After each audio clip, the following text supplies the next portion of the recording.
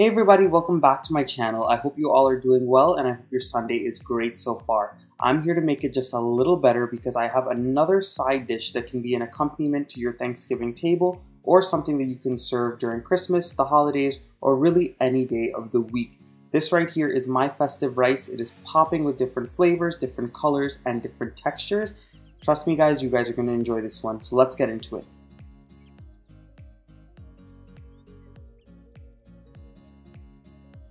So this rice is actually very simple. It has minimal ingredients in it, and if you don't have one or the other ingredients that are required for this recipe, you can definitely replace it with anything that you have in your fridge, your pantry, or in your freezer. So I'm starting off in a heavy bottom pot, and I'm going to start off with the rice part. So in the pot, I'm going in with some unsalted butter. You may use salted butter if you would like, and I'm just going to melt this down for a little bit. Once that butter has melted really well, you are going to go into the pot with some chicken stock. Now, if you wanted to make this dish fully vegan, fully vegetarian, then you can use vegetable stock and you can even use water. I just decided to use the chicken stock today because I really wanted to give this rice as much flavor as possible.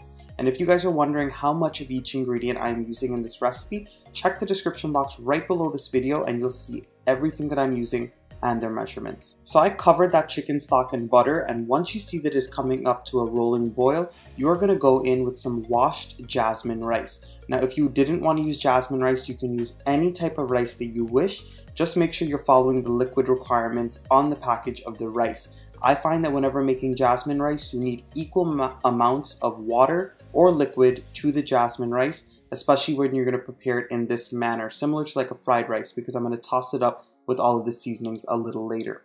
So once I add in that rice into the boiling chicken stock, I'm going to mix it up really well, and then I'm going to lower my heat to the lowest heat. And if you have an electric stove, you can go ahead and turn off the heat and just leave it on the hot element. But basically, you want to go ahead and cover it and allow that rice to steam until it is nice and fluffy and fully cooked. Being that I'm working with the gas stove and I'm not working with that direct heat like an electric stove, you're going to want to go ahead and keep it on a low heat while it's steaming. And if you have the electric stove again, you can leave it off, but leave the pan on the hot element to allow it to steam. And this is what your rice should look like after it's done. When your rice is done, you're just going to transfer it into a bowl or a tray and allow it to cool down and spread out while you work on the rest of the rice. Now that my rice is done cooking and it is sitting off to the side cooling for a little bit, in another heavy bottom pot, I'm going to go in with some more butter. Now the secret to this dish, I really feel, is the butter that you're putting in. Use a really nice high quality butter so you can get a really rich buttery taste when you're putting this dish together. And of course, if you did not want to use butter, I can't argue with you guys. Go ahead and use some olive oil or any other type of oil that you would prefer. Once that butter is melted on a medium-low heat, you're going to go in with some chopped garlic. You want to keep this heat on a medium-low heat because you do not want to burn the butter and you do not want to burn that garlic. You just want to permeate the butter with all of the garlic flavor. Once you stir it up for just about 10 seconds, you're going to go straight in with some chopped celery as well as some chopped onions. Now I'm chopping these ingredients very, very small because I don't want big chunks of anything in the rice. I want everything to be nice and homogeneous and to be almost like the same texture, just with a little bit of crunch. Once you saute the onions and the celery and the garlic in that butter for just about 1 to 2 minutes, you're going to go in with some chopped almonds. Now you can use any type of nuts for this recipe, and you can even omit the nuts if you wish. I like using them in this recipe because they add a nice little crunch to the dish.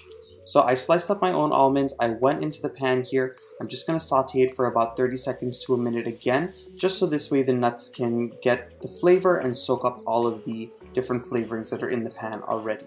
Once you stir up the almonds a little bit, you're going to go in with some dried cranberries, and you're also going to go in with some golden raisins. As I said before, whatever you have in your pantry will work for this recipe. If you have different types of dried fruits, you can add that in. If you have regular brown raisins, if you have golden raisins, whether you have the dried cranberries, if you have dried cherries, whatever you have in your pantry will work.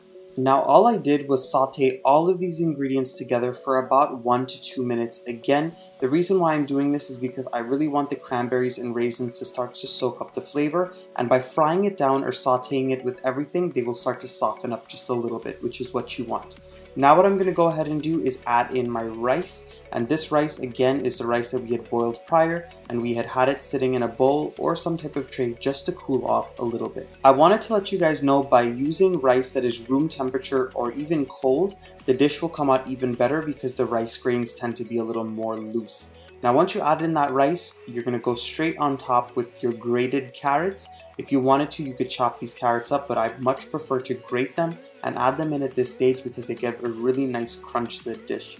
And at this point, I am also going to start to season the rice really well. So I'm going in with some dried Italian seasoning, and I am also going to go in with some dried thyme. Now I'm using dried Guyanese thyme just because that's what I have on hand today, but you can use regular American thyme. And if you have the fresh stuff, that's even better, you can use that as well. And I'm also going to go in with a little bit of black pepper as well as some salt to taste. So once you get all of those ingredients in there, you're going to stir it up really well and saute it for about 1 to 2 minutes on that medium-low heat until all of the ingredients are melded together and well incorporated. Once everything is well incorporated, you want to go in there and give it a taste for salt or any other seasonings. If you feel that any part of this dish needs adjusting, feel free to do so as well. But at this point, I am ready to eat and serve up this dish.